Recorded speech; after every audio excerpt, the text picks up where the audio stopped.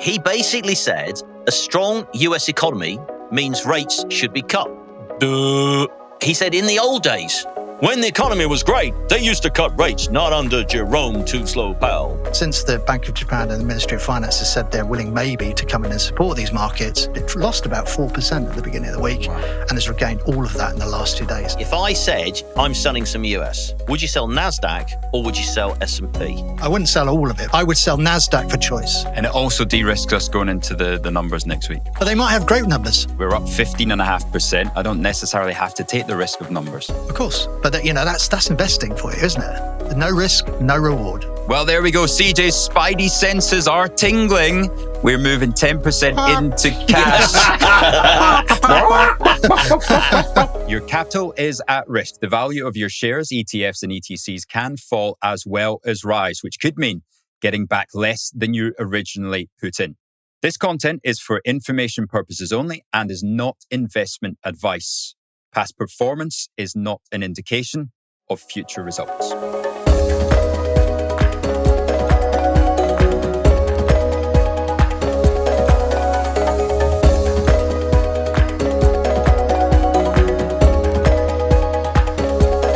Welcome to episode 29 of The Art of Investing, brought to you by IG, the global investment platform.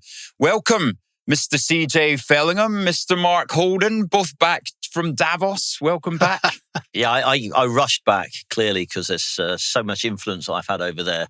No, I haven't been to Davos, but I have had a busy week. Go on. Monday, I was at the House of Parliament, seeing a very good friend of mine who is an MP about one of my other roles. This MP will be coming on the show later on this year, but I'm not going to spoil it for anybody by telling you who it is. Go on. Nope, I'm not saying anything, but it will be something for everybody to listen to and enjoy. God, clearly signed the Official Secrets Act Exactly. there. And then yesterday, I was attending an investment committee for a large organisation, understanding how our managers have negotiated the last 3 months. And I'm not telling you how they've done that either, well or not, because that would be breaking a few secrets. But apart from that, it's been a really, really quiet week with not much going on apart from some guy with funny hair pontificating about things. So let's talk about Mark.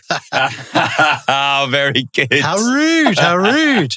Well, I haven't had such an eventful week. I've been trying to avoid the traffic police up and down the M4 between here and Wales. And that was the makeup of my weekend. Very exciting. Well, I've had a very tricky time because I could be getting a visit from the anti-terror police at some point in the next week. This time of year, obviously, you switch your ISA to IG. They've got great deals on at the moment. So we've been doing a bit of social media work around that. The problem is, with this Scottish accent, when you record, guys, it's a great time to convert your ISA. Then, unfortunately, the captions bring it up as convert to ISIS. So it's been a little bit tricky. I managed to catch it on one, but I'm not sure if I've accidentally posted. Rich, someone's knocking at the door. Yeah, with a gun. Right, so we get on to what's been happening in the spice market update. Yeah, well, it has actually been a very eventful week. It started quietly because we had Martin Luther King holiday in America on Monday. And actually, when the Americans aren't in markets, as they weren't on Monday, it tends to be a fairly quiet day. But Tuesday saw a ramp up in geopolitics and discussions around Greenland and Trump's intentions there. And markets fretted along. In fact, we had the biggest fall on Tuesday in equity markets that we'd seen for 3 months. So it was a pretty brutal start to the week.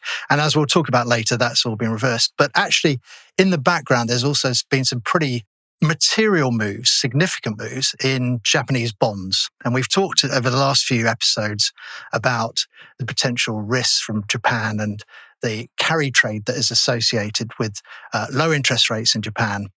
People basically borrowing money in Japan, investing for higher yields elsewhere in the world. The Japanese Prime Minister, Sanae Takaichi, basically called a snap election for the 8th of February. Now, that led to the Japanese yen starting to sell off pretty heavily and Japanese government bond yields starting to rise. So Japanese bond prices were falling.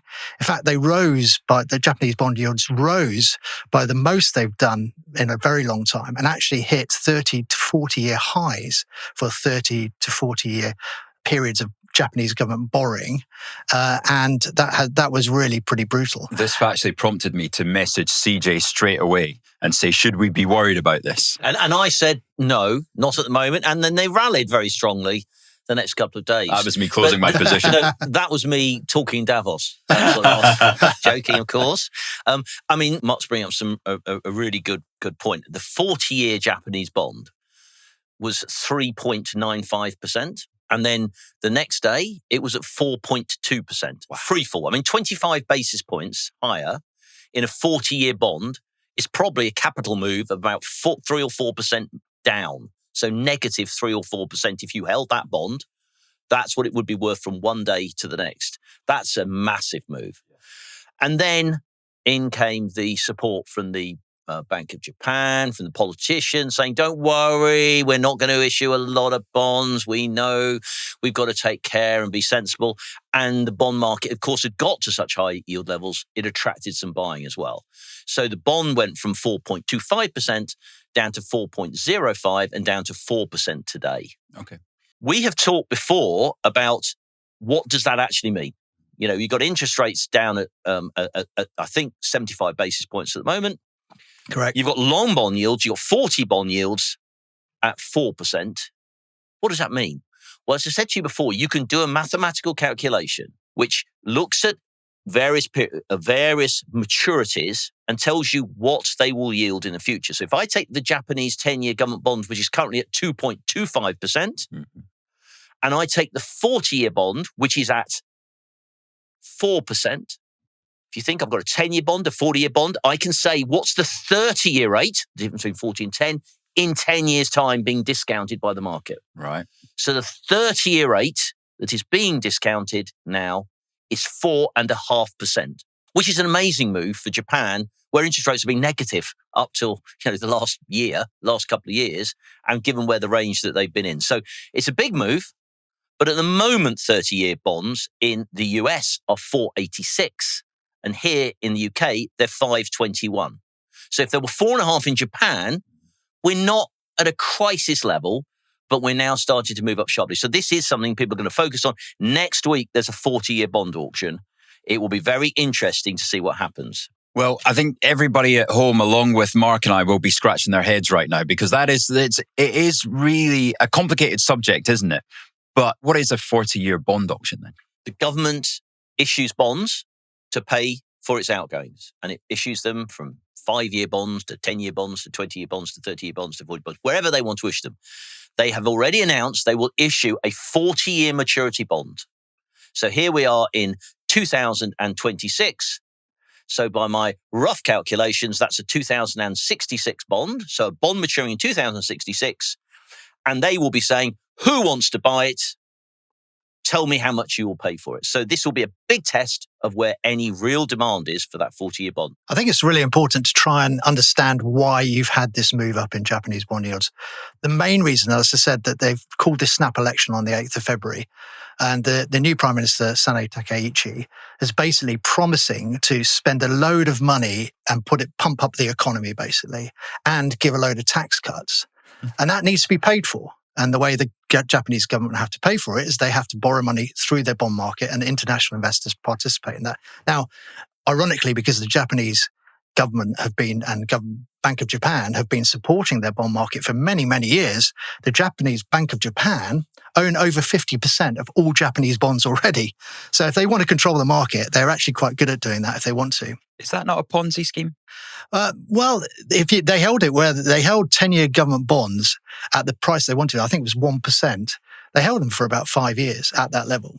And people tried to take them on and failed. So they are pretty good at what they want to do. When they do it, they just start the printing presses and they basically support these things. But don't they hold something like 35% of the equity market through ETFs as well? It's not as much as that anymore. I think it's down to... I think Ponzi is the wrong expression in the sense that it's just a manipulated market.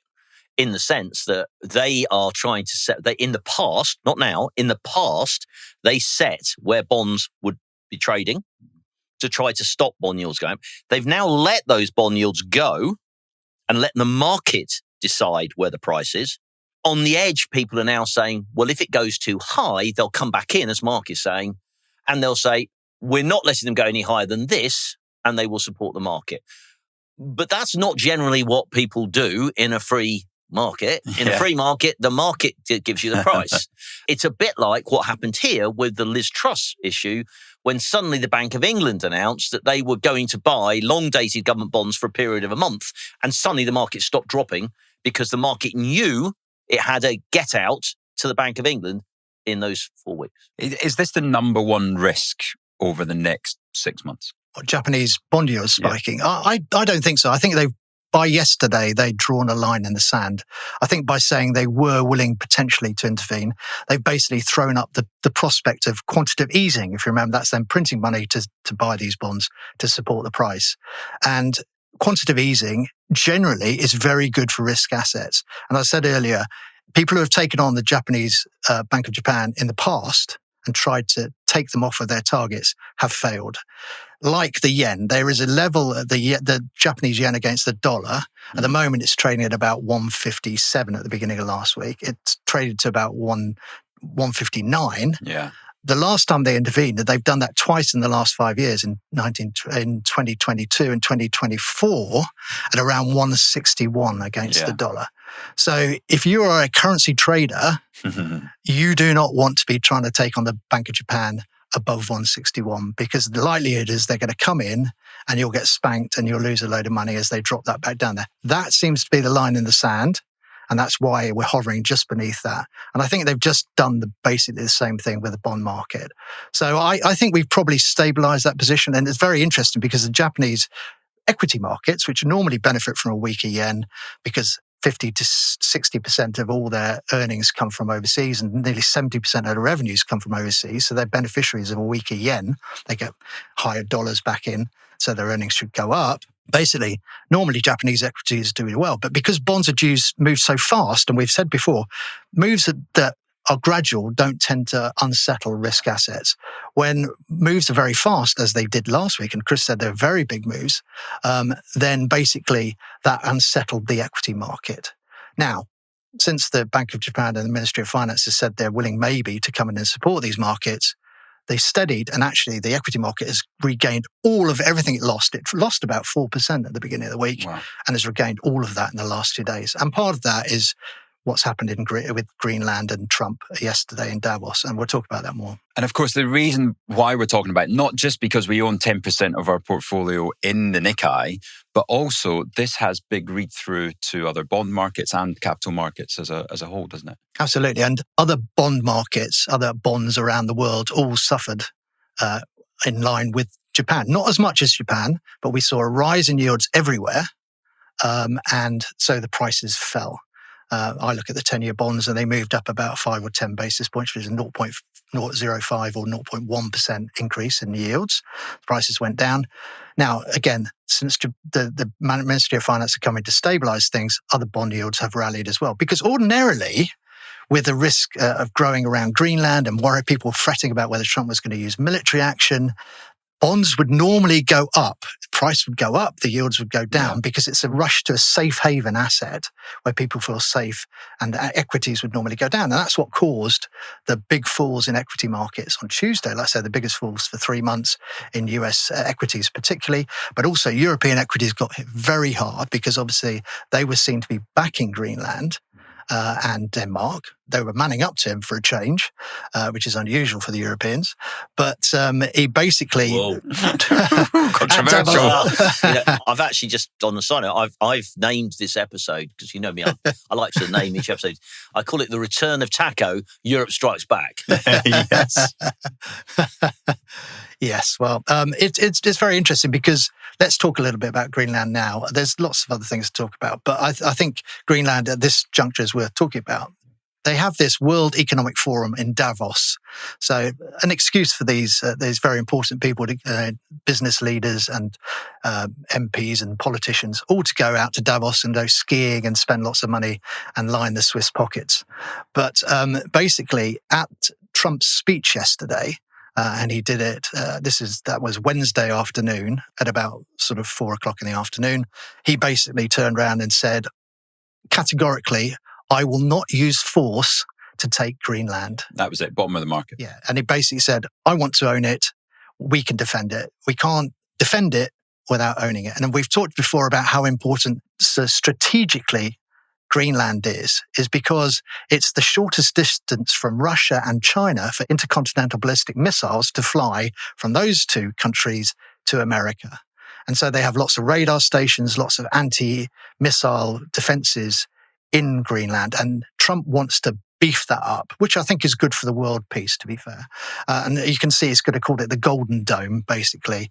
And he would spend billions and billions and billions of dollars to do that. The Danes have said that they would do it, but they haven't. They haven't spent any money in there. And, Trump has pointed that out. And I think Europe will be a safer place, actually, if they can put in defences in Greenland. So it's a very important strategic asset. It also, as we've highlighted before, he wants to get his hands on the fact that they are also resource rich as a country. They have lots of rare earths and they have lots of other potential sort of commodities that he, as we know, is on a land grab for, having done Venezuela and done lots of other deals to buy companies. So I think, the minute he said that, the markets were trading down sort of quite heavily, about 1% going into that speech, and then rallied very strongly and ended up about 1.5%. And then it traded off a bit because Denmark said, we don't really want to do that. But then another hour or so after that, so it's a very volatile day, markets went up and down a lot. Then Trump came out on his Truth Social and basically said, I've had a very good conversation with the head of NATO. We've agreed a framework for a deal on Greenland. So the head of NATO saying that basically Trump's Trump and Trump's Denmark. And that was a very important turn. And the markets rallied very strongly into the close last night in America and are trading very well today. So far on Thursday, we'll see how American opens this afternoon. But most equity markets are about 1%. And Europe's doing some catch up, having been very weak. Pop quiz for you. For the first time, I looked up the population of Greenland last night. Make me a market on the population of Greenland. I think Two-way it's price, please, Mr. 70,000, 80,000. 70 to 80? Can I buy that? I'll go 1 million. 1 million against 80,000.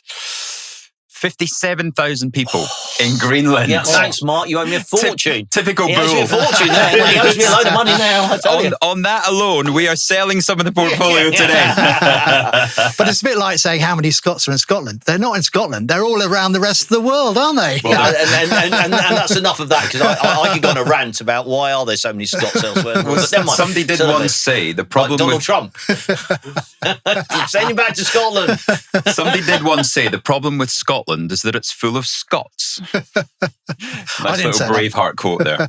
It would be wrong to not put it to think about some of the interpretation. I mean, it's difficult when you listen to Donald Trump's speech yesterday to then reconcile how quickly he has now announced he's doing a deal. And then in that speech also saying, I'm not going to use force. I think that sounds to me like he went out with his usual, I'm going to make some ridiculous claims and see what happens.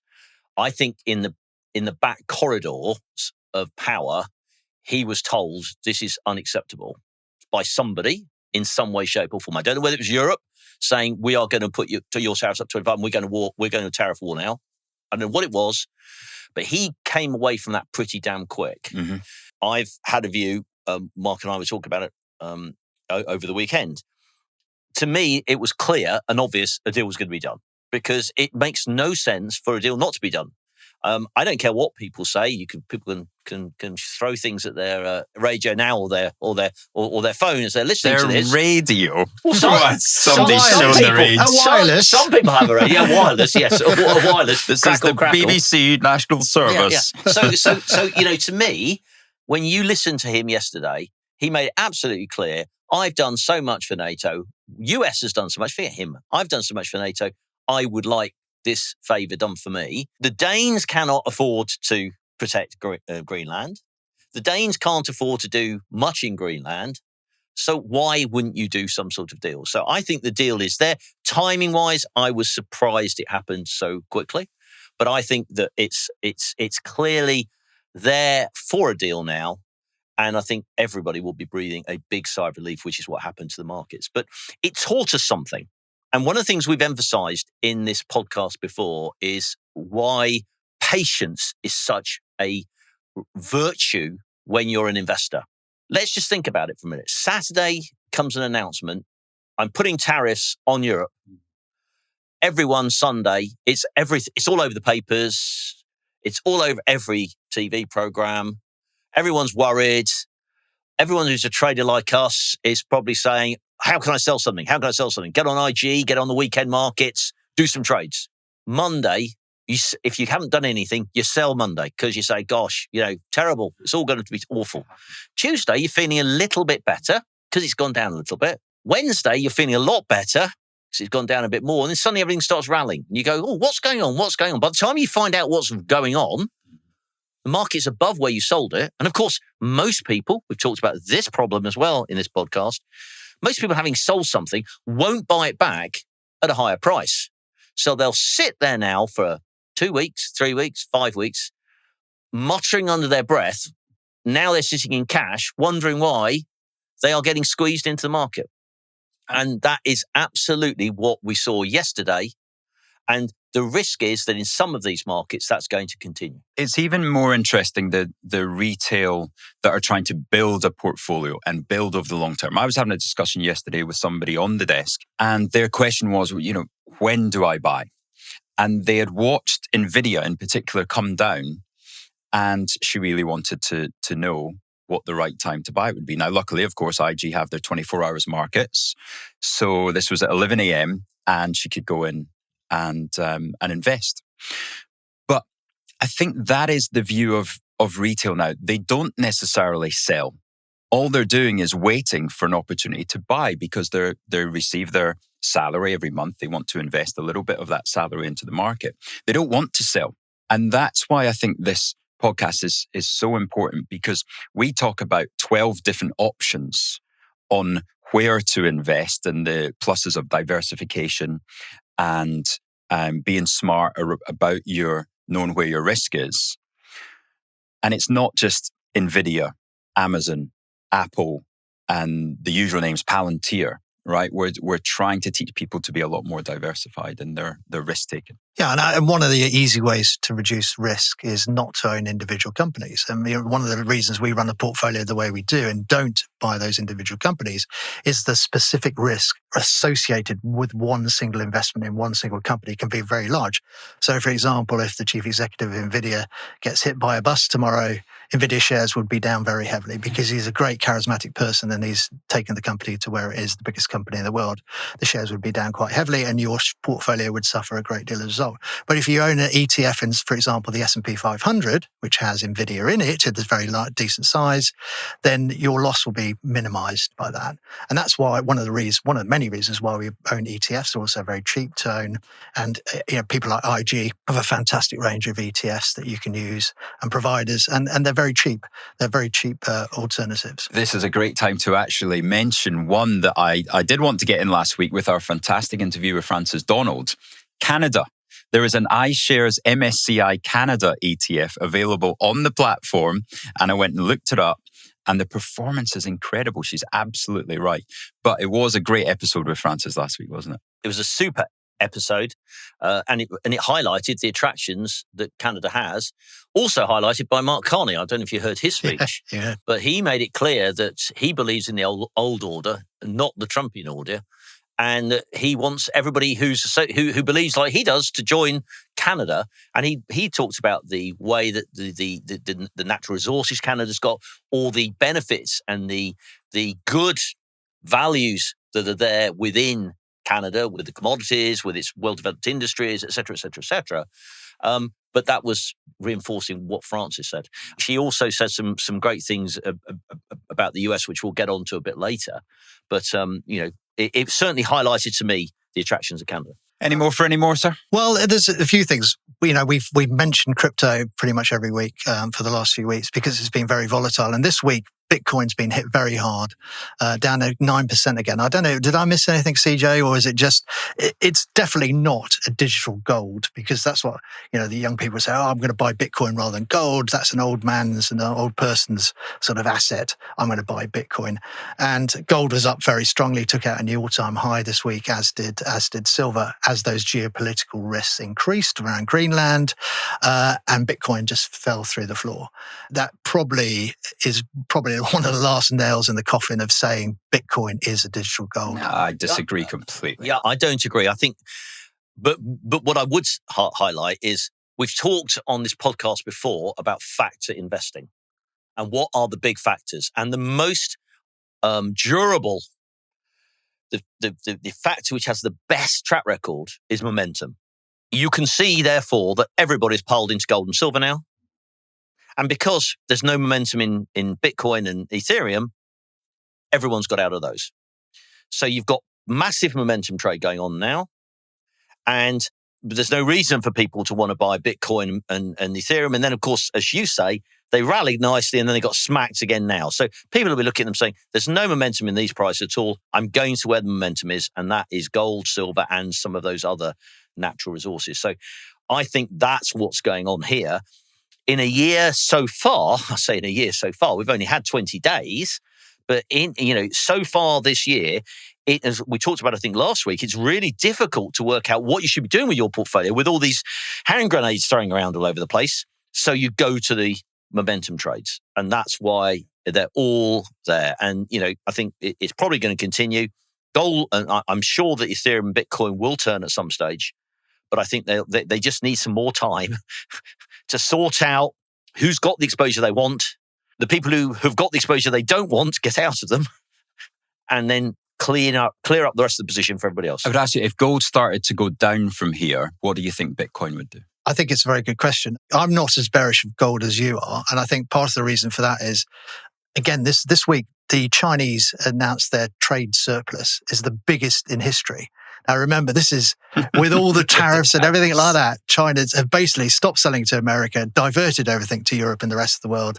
And so their exports are absolutely going through the roof again. And they are generating huge amounts of foreign currency that they need to invest back in something. They are reluctant, because of the spat with Trump and America, to invest in American assets in the same degree that they've done in the past. So they're pulling back. They're still buying US bonds, but they're not buying them in the same quantities as they were before.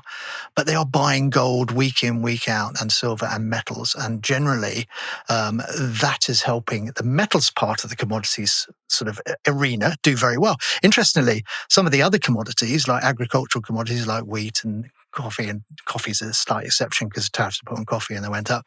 But basically, outside of metals, some other commodities have not been performing that well. I mean, oil has been pretty flat for the last sort of 3 years, pretty much, as have some of the other commodities. It's been the metals, and precious metals in particular, that have done really well. And I'm sure a lot of that is central bank buying. Do you fancy up to £2,000 in free cash? Well, move your investment portfolio to IG and you'll get up to £2,000 cash back. Simply open a general investment account, ISA or SIP, by the 30th of January and get 1% cash back on your transferred investments. Your capital is at risk. This is for new customers only, and the offer is valid until the 30th of January 2026 on ISA, GIA and SIP accounts. Terms and conditions do apply. Well, that takes us on to the portfolio perfectly, because yet again at the top of the leaderboard is gold. You can see there up 4.9% on the week to give a total return since inception of 42%. Absolutely incredible. And that's certainly helped the portfolio yet again. Second, similar, World Mining Trust up 2.5% on the week.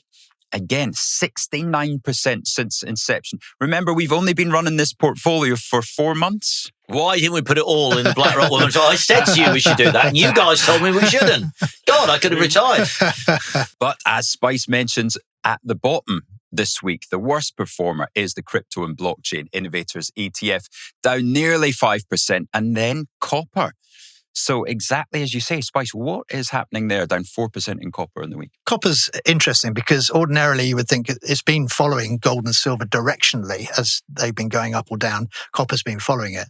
And last week, to be fair, it took out an all-time high. It made an all-time high, even higher than it had before that flash crash where it fell 30%, the most ever in one day a few months ago. And part of the reason, I think, is that there was an interview with the chief executive of BHP Billiton, who's the biggest mining company in the world. And along with Rio Tinto, they have a joint venture for what's going to be a massive copper mine in Arizona, just about 50 miles outside of Phoenix. This mine they've been trying to get it built and producing for over 10 years. Over 10 years. And we've talked before about how long it takes to get a mine up and running from discovering something to get actually producing. Now, the Americans, despite all Trump's sort of talk of cutting regulation, trying to speed things along, the regulations have blocked this mine from producing. Now, the BHP chief exec was interviewed. I happened by chance to listen to it. And he said, basically, we are very, very close now to getting this mine on stream. Right. Now, to give you an idea of the size, this mine on its own, when it's up and running, which would take a few years to get up and running properly, another few years, will ultimately potentially produce 25% of all of the US's copper demand. So it's a massive extra sort of lump of potential supply coming in. And we've talked, at the end of the day, commodity prices just go up and down with supply and demand. Demand is there. We know the demand for copper is growing and growing because of data centers, AI, energy transition, all the rest of it. But the supply has been very restrained. And then that just this week gave a glimmer of hope to the supply side. And personally, I think that's one of the reasons copper fell a bit. I don't think it'll be a sustained fall because the short-term demand is there. And these dips, as they are, 3 to 5% fall, they fall 4%. I think people will be used that to buy into that dip. And I think it will recover again. So we've got 7.5% in that, which is quite a chunky individual holding for an individual metal. Anybody want to change that at all? The reason I'm more relaxed, let me tell you why I'm a little bit more relaxed. Mark's always been very, very good because he follows the markets very closely in coming up with that reasoning. But I can't believe if it's taken that long to get it through, that's not already in the market. People know that. Most people know that. When they put it into their calculations about supply demand, that would have been in there already as supply. So it might be a few market traders knocking it back, but actually it's all available information already. So I would expect it to recover from here. So personally, I'm not particularly wanting to change it. I just think it's noticeable how it's suffered a bit in the last week, especially when gold and other metals have done so well. I think that opens up a wider conversation of what do we think now? We've got copper, we've got gold, and we've got the World Mining Trust.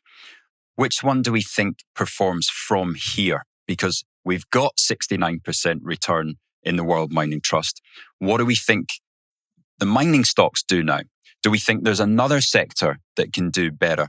Defense, tech, alcoholic beverages, we are making a choice to have that sector now, having it already moved 69%. And we're making a choice to keep gold, having moved 42%. And it looks like it has gone parabolic, which we always say that the end of a rally comes from a move exactly like gold's having just now. Well, I still think, and I'll stick to my guns, I think gold will take out $5,000 an ounce. We're not far away from that now, only a few percent away, to be fair. But I still think that psychologically the market will take it there. I think silver will hit $100 an ounce. So I think that we are close to those short-term peaks. I don't think they'll collapse, but I think there'll be quite a lot of transaction around there, and it could oscillate around there for a while. But the fundamentals for gold are still very strong because of this central bank buying that I just talked about, particularly in China, because they are reluctant to buy assets in other countries like the US in particular. And they've got a huge amount of these foreign currency assets they're bringing in because of all these exports that they're making. I'm not in any way bearish at all about gold. I think it's got a bit further to run. So it's had a good week because it's been spurred on by the geopolitics around Greenland, and the week before about Iran. And we'll see what happens with Iran. That's interesting because we were talking before this about Iran, and you've got a view on that. Yeah, I was listening to an interview with the CEO of Lazard, huge asset manager. And he very confidently said from multiple sources, he believes that the reason that the world's gone kind of quiet on Iran, and perhaps even a reason that Greenland was brought into the foreground when it was, is because the USS Abraham Lincoln has been moved from the South China Sea to the Arabian Sea. And he believes that in the coming days, if not the next week, you will see an attack to try and bring down the regime in Iran. And this has just been posturing and a delay tactic to allow the Abraham Lincoln to get into position. And I kind of see that. I'm just wondering if that does happen, because we've seen the horrific amounts of people, the numbers that have been killed. The protests still go on. It's just that you don't see it because they've, of course, stopped all the internet in Iran. What do we think the effect of such a thing might be on asset markets, but more importantly, on our portfolio? The first thing that would react is the oil price, right? Because Iran is the third biggest producer in OPEC, produces about 3 to 3.5 million barrels of oil a day. That's 3 to 3.5% of the world's oil demand and supply. Very important. If you were to shut off the supplies of the Iranian oil for anything but a very short period of time, the oil price would rise. And the trouble with the oil price rising is that it affects bond investors because they think that potentially adds to inflation, and therefore bond yields have to rise, bond prices go down ordinarily. The offset is because of geopolitical risk, people want to buy safe haven assets, and bonds tend to be safe haven assets. So there's what six of one or the other. But the long term, if this was a long-term cut-off of that supply of Iranian oil, then inflation expectations might rise a bit. That might be damaging that. And that might, in the very short term, have an impact on equity markets. But if it is a very short-term move, which I would envisage it would be, and I don't think the US have proved already when they were attacking Iran because of the Israeli issues earlier last year, they didn't target any of the Iranian oil refineries or oil facilities. And they did that deliberately because Trump wants the oil price basically to go down because he wants inflation to go down, the cost of living to go down for Americans. And for a lot of Americans filling up their big cars, their gas guzzlers as they're called, right, costs a lot of money. And the oil price is obviously very sensitive to that. That drives the cost, a lot of people's costs in America. So he wants the oil price to go down. He's been encouraging the American companies to drill, baby, drill. So, the Texans have got their 10-gallon hats on and are drilling away. But, he basically wants to keep a lid on that oil price. I don't think he would attack any oil facilities. He might try and take the regime out, and then you would get a more friendly regime. Wouldn't the market start to price in sanctions coming off Iran in the future, and a huge amount of oil become available, and therefore the oil price would collapse? Yeah, I think, Iran are not far away from their sort of potential. There is some speculation or some research done that they, at a real push with a lot more investment, maybe get another 1 million to 1.5 million barrels of oil a day out of Iran because out of their existing facilities. Because other countries like China, like Russia, and other countries have been helping them with their oil exports. So although there have been sanctions on the oil industry in Iran, they've not been very effective, frankly. But I think you're right. I think people would expect that there would be increased supplies over time, and therefore the oil price should go down. That would be good for global inflation, ironically, and therefore obviously good for sort of bonds and equity assets as well. But I think more importantly, if you were to take Iran as probably apart from Russia and Ukraine, as the last sort of geopolitical sort of niggle that people have in their back of their minds when it comes to investing, you take another one of those things out of the equation, taking Greenland out of the equation, taking Venezuela out of the equation. If you take Iran out of the equation, it only leaves you Russia, Ukraine, and we know the impacts of that. If the operation goes the way they want it to. Well, if you believe Trump, it will go very well. But it's a big if, right? We're speculating here. So to me, it's all speculation. Yeah, I can't invest on the basis of whether or not some admiral who's been pensioned for the last 20 years, who's now an asset management firm, is telling us what's going on or not. I don't know whether that can happen or not. What I'd like to return to, though, is the question that you were talking about gold and the BlackRock World Mining Trust. To put back at Spice, Mark said that he felt that gold was going to get to 5,000 and that silver was going to get to $100, which is, in the way it shows on the screen, is the next big figure. But then that might be it for the moment. Not big falls, but just, they'd struggle from that point on. Everybody's target, isn't it? Yeah, I think it'll chop around there. We've got a particularly difficult situation here. It's a situation that, frankly, our listeners don't have, but we are suggesting trades on one day of the week to be filled on the Friday. If gold trades up to 5,000, on Monday next week, but then gets hit very hard and it's traded at 4,500, what are we going to do? So I would put back to Mark, if you think the upside is only as close as it is, 1 or 2%, when the BlackRock World Mining Trust is up 70% now, surely it's a good idea to take some money out now and try and find somewhere else to be making money because the money's dead, potentially, for a period. I'm like you. It's tricky to sit here and be very negative on these things because I think over time, the value is seen in these things. They may trade still for a bit, but that to me is the real question. The real question is there more money to be made outside rather than just another 1 or 2%? Because in the bigger scheme of things, that's what we should be thinking about. I don't have a conclusion in that sense, but if we really thought that we were that close, that would make a case to me for selling one of the BlackRock World Mining Trust or the physical gold and putting it somewhere else. Now, I would presume we would be happier selling the physical gold simply because 30% of the World Mining Trust is gold anyway. So, there's a fair bit of linkage there. Mm-hmm. So, I do think that's something we should think about. I'm pushing it back to you. Come back to me with your argument against that. I don't have a strong argument. I'm just trying to be, I suppose, to finesse it a bit, if you like. So trying to maybe pick the timing a bit difficult. Whether you do it this week or next week, I don't know. But I would hope that in the next couple of weeks, gold would hit that level. And I think you're right. As I said, I totally expect it to chop around these levels.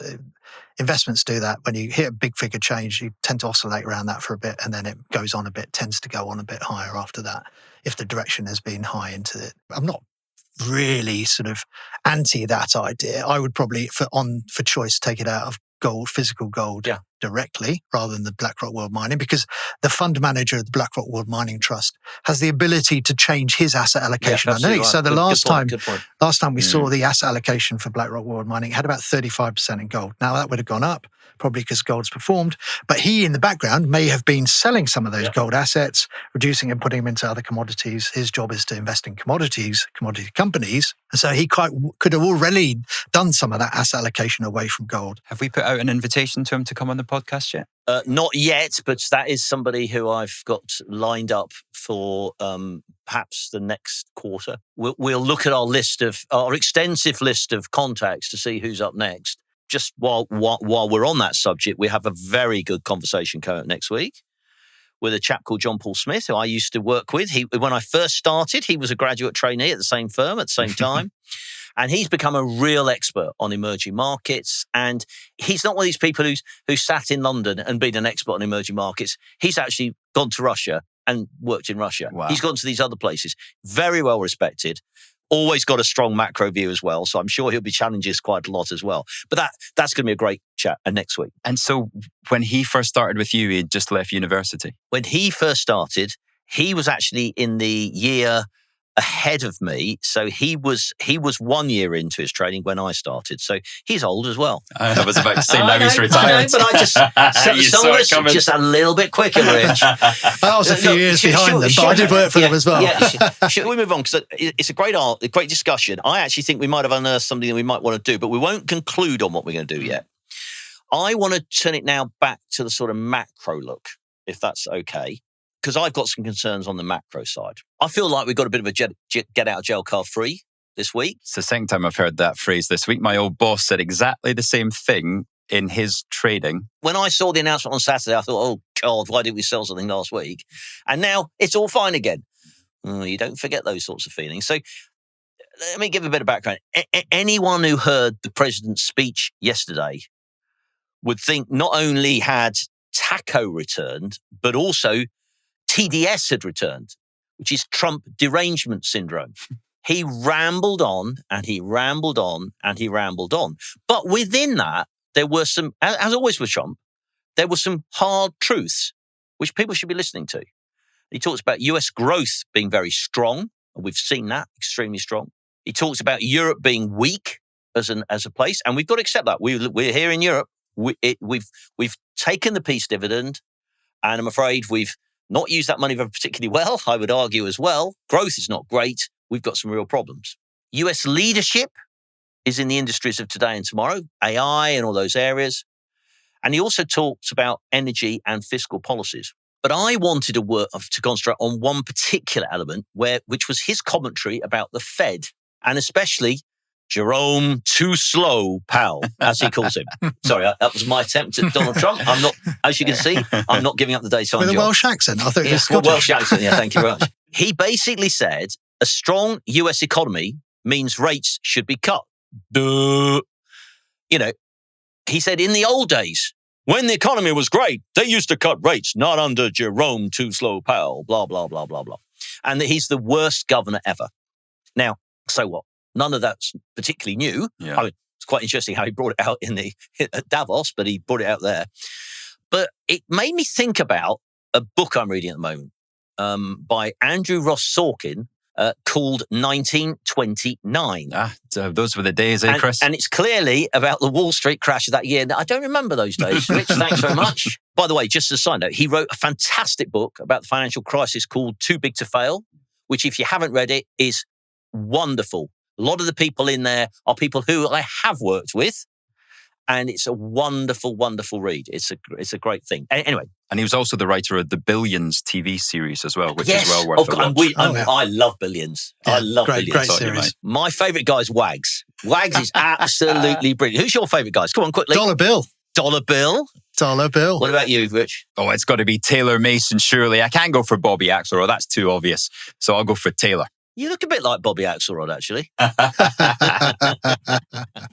So in this book, 1929, he goes into great detail as to how the crash developed and the key components. Two of those key components were massive retail involvement in the market, believing stocks only ever went up, and therefore leveraging their investments made sense. People were encouraged to use the stock they were buying as collateral, to borrow more, to buy more, to collateralize, to borrow more, to buy more, collateralize, and around it went. So an unbelievable level of interest from the general public in stocks and shares and their investments. Just tell us what collateralize means. Collateral is putting an asset aside to sort of guarantee what else you're doing. So if you take my equity as collateral, I buy equity, I let you look after it for me, so you've got it, and you lend me money against that. I then use that new money to buy more shares, and I use that as collateral, and I keep going round and round and round. And so people were making masses of money, and it was a time when there was no insider dealing, there was never anything about market manipulation, so people were ramping things up, they were destroying things. It was an absolute cowboy film. Sounds like the crypto market to me. And there are a lot of similarities between that and the crypto market. The more important thing, though, for this conversation is, and perhaps the timing of that crash, was a concerted effort to stop the Fed raising rates and spoiling the game. The Fed had spotted all this borrowing. The Fed had spotted things were getting too excited. The Fed said we need to raise rates. Now, a few players decided they would use every power they could to stop the Fed raising rates. They went to the president. Oh, funny old game. That sounds like a bit like now, doesn't it? And a few other people to try to say, Fed, don't spoil our fun. America's doing brilliantly. We're hitting new all-time highs. Oh, I'm sad not spiced now, aren't I? and therefore, we've got to be very careful. Now, that, I think, had so much echoes yesterday of what Trump is saying about the Fed. Now, Mark Twain said, history doesn't repeat itself, but it often rhymes. And there's another one by a chap called George Santayana.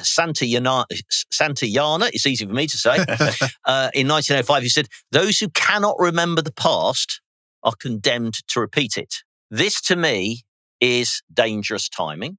We're waiting to see who he's going to appoint to the Fed. Now, is he going to appoint a new sensible Fed governor? Is he going to appoint a Fed governor who is just going to cut rates because he wants them to? And what we should be thinking about is what Francis said last week. Francis said last week, unemployment is not a good judge of where the US economy is. Actually, the US economy is doing very well, but what's going on with unemployment is the aging of the population, AI affecting the grads, that sort of thing. So to me, the last thing the US economy needs is cutting interest rates. And I think the market is going to, we're going to see some issues around here. And so that's the bit that I took out of there. And I really wanted to hear what you guys were thinking, more on this sort of macro issues and stuff going on at the moment, so we can think about where we should be positioning our portfolio.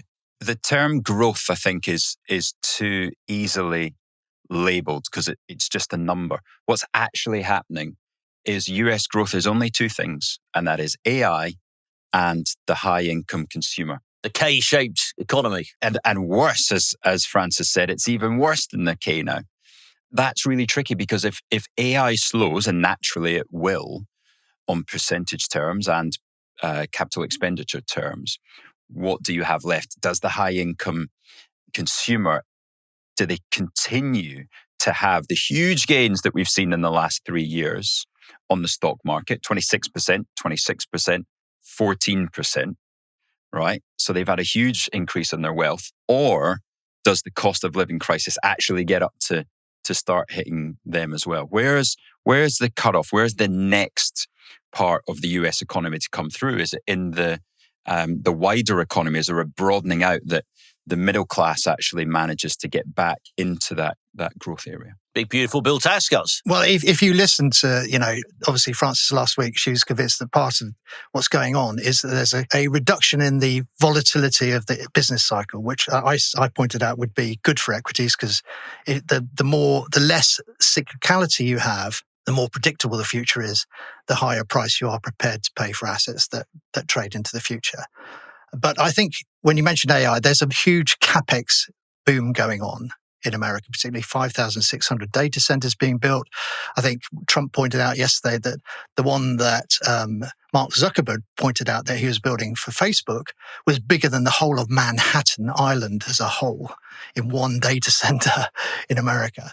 So there's huge CapEx going into that. But I think what the stock market is sniffing, which is why we're pushing up to near highs, and now the benefits are beginning to spread out into other companies. And so the Russell 2000, for example, is up, which is the smaller mid-sized companies in America, is up about 7% until last night's close, whereas the S&P 500 and NASDAQ were actually down a little bit year to date. So I think people are sniffing that the benefits of this is going to come through in greater profitability, greater efficiency, yes, lower employment, because that's one of the benefits of AI. You don't employ so many people, you don't employ younger people particularly, and we talked about longer term threats that could bring. But in the short term, the profitability of those mid and small sized companies could start to surprise people. And as I pointed out before, the earnings growth that's expected in the Russell 2000 is over 20% this year against the S&P 500 is about 14%. So there is actually a fundamental reason why that is broadening out. And so I actually think that the benefits are still to come. And on top of that, yes, you get the one big beautiful bill, tax cuts and all the rest of it. But it's a very powerful combination to get things going. And bull markets don't die of old age. They tend to die when there's a shock comes along. And that's why the markets wobbled this week. There was a potential shock over Greenland. Was NATO going to break up? What would that mean to world peace and stability? Those are very good fundamental reasons why the markets wobbled a bit and fell. That risk element has been sort of taken out for the time being. Maybe it comes back, but for the time being, it's been taken out. I think that's a very positive backdrop for equities. I think your point there, and I don't disagree in the sense that I can see how things can benefit, but I can also see some sort of things that are very expensive. So I think what you're saying there is that you're going to see it now dissipate into other companies. That's the next upside, which means your Russell. Yeah.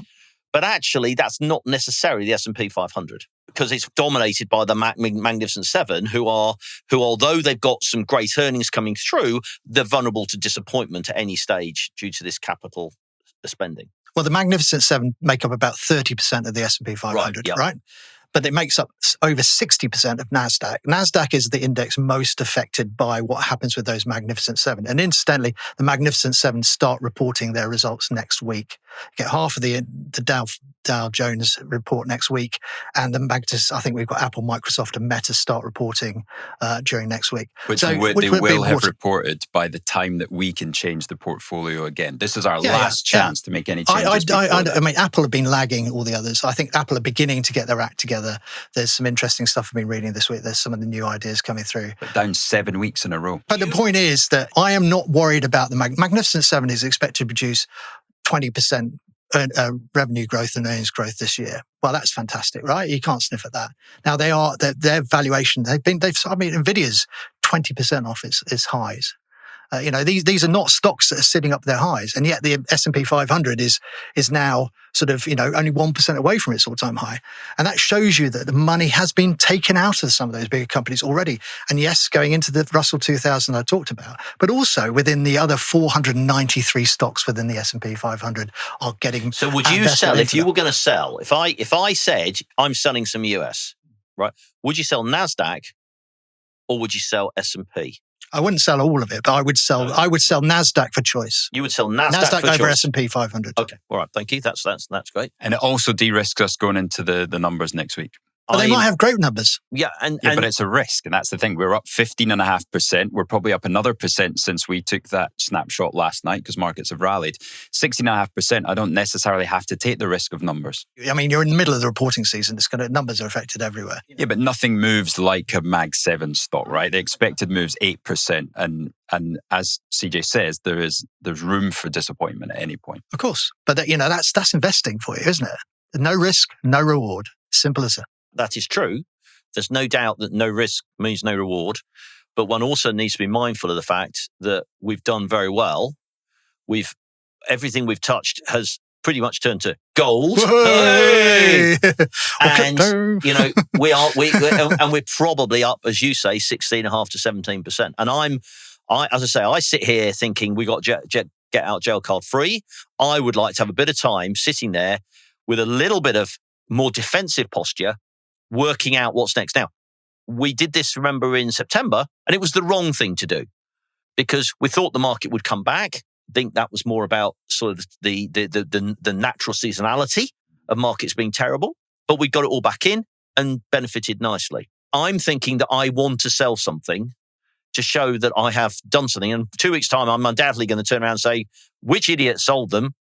Rich, and I was always against selling them. I'll take it. But that's not. But I would like to do something. I suppose where I am more, which is always dangerous, is there's better value available elsewhere in the world.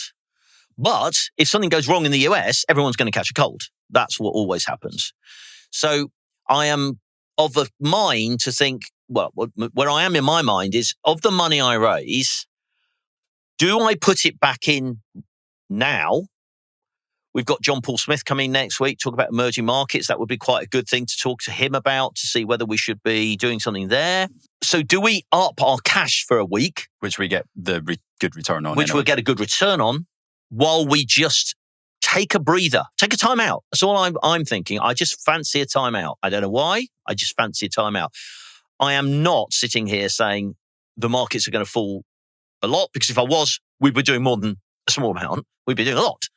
But I'm a little bit worried that we're going to go into a period now where it's difficult to see why anybody would be bearish. And that always worries me. Right. So are we looking at selling 7.5% of Nasdaq and 5% of gold? I'm definitely going to suggest we sell 5% of gold because that's out of gold completely. I think we've said that. I think we've all agreed that. Yeah. We've got the money in BlackRock World Mining Trust. The mining stocks have done us fantastically. We can buy them back. But if we're that close to the top, let's just take a bit out and just see what it feels like. We can always buy them back. We've done it before. We'll do it again.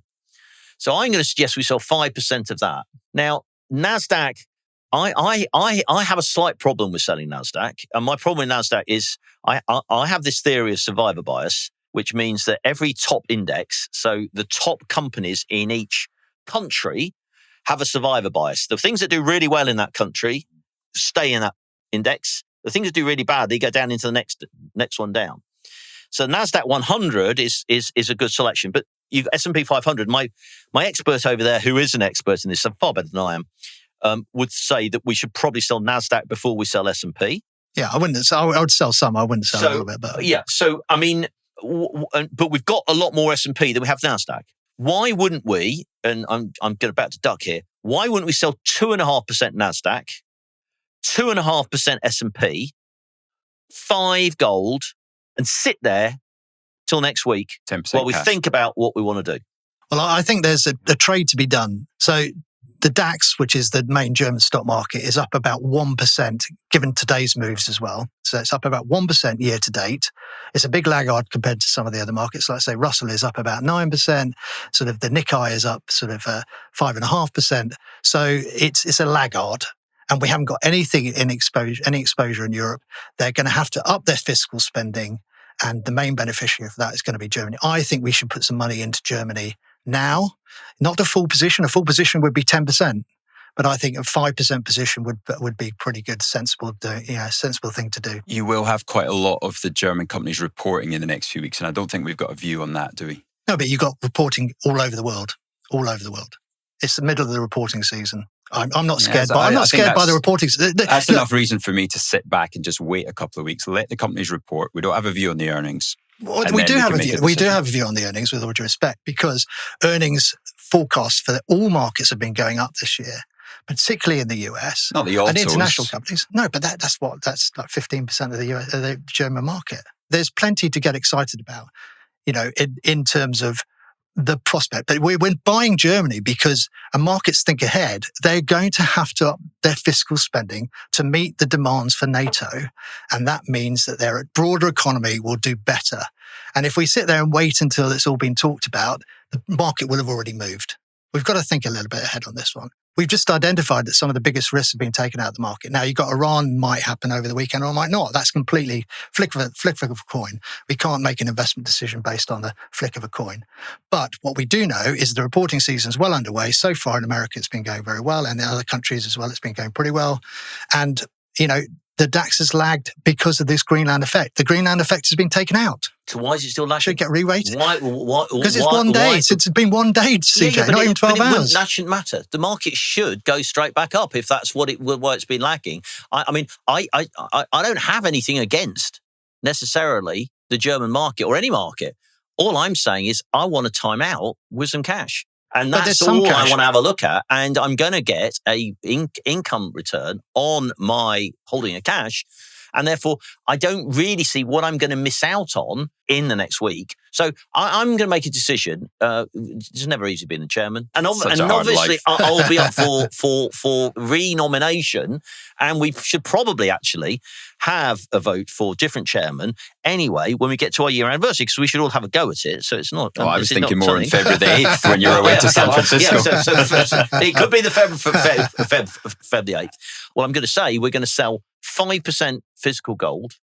We're going to sell 2.5% Nasdaq and 2.5% S&P. I'm going to sit and hold cash for a week, and then I'm going to decide what to do with it with you guys next week. And if Dax has a great week, then I will pay homage at this time next week to the wonderful Mark Holden, which I have done on many occasions in the past. I'm looking forward over to that. The last 25 I'm looking forward years. to that. Well, there we go. CJ's spidey senses are tingling. We're moving 10% into cash.